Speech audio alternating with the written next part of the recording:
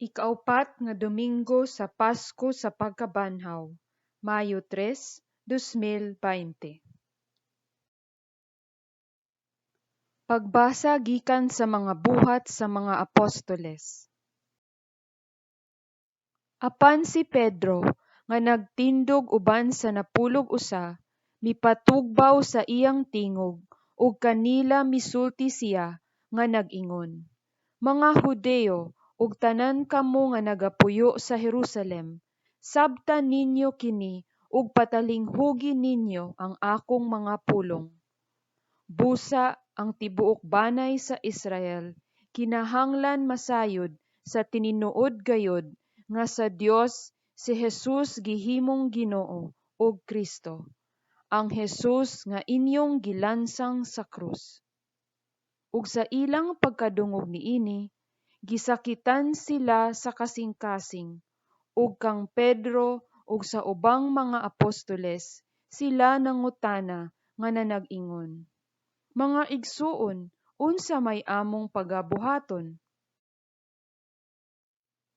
Ug si Pedro mitubag kanila, "Pag hinulsol kamo ug pabautismo kamo ang matag usa ka ninyo sa ngalan ni Hesukristo tungod sa kapasayloan sa inyong mga sala, ug madawat ninyo ang gasa nga Espiritu Santo. Kay ang saad alang kaninyo ug sa inyong mga anak ug sa tanan nga atua sa halayo, sa matag usa nga pagatawgon sa Ginoo nga atong Dios. Ug sa daghan pang mga pulong siya naghimog pagmatuod ug kanila miagda siya nga nag-ingon, luwasan ninyo ang inyong kaugalingon gikan niining sukwahi nga kaliwatan. Ug unya gipabautismuhan kadtong mga misagop sa iyang pulong, ug niadtong adlawa may mga 3,000 ka mga tawo nga nahidugang kanila. Ang pulong sa Ginoo. Ang Ginoo akong magbalantay, wala nay magmakulang pa kanako.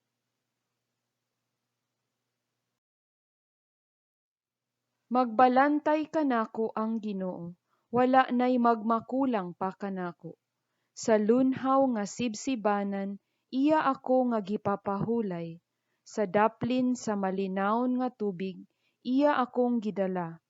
Iyang gihupay ang akong kalag.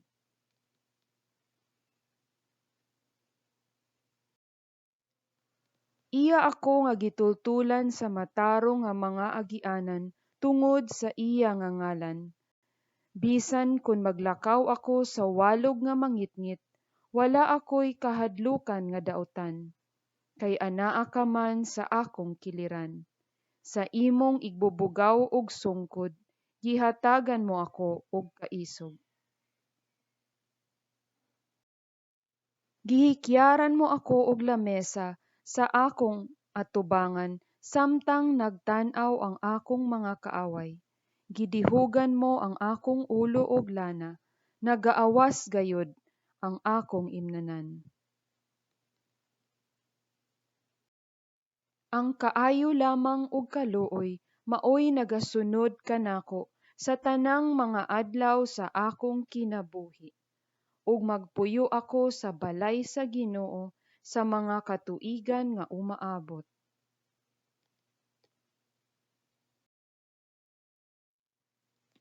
Kinutlo gikan sa unang sulat ni San Pedro. Kay kun kamo makapailob sa mga pagbukbuk kaninyo, inig pakasala ninyo, unsa may dalaygon niini? Apan kun makapailob man kamo sa diha nga magabuhat kamog matarong ug paantuson tungod niini, nan kamo kahimut-an sa Dios. Kay sa maong paggawi, gipanagtawag kamo, maingon nga alang kaninyo miantos man usab si Kristo, nga nagbilin kaninyog usa ka panig-ingnan aron kamo managsunod sa iyang mga tunog.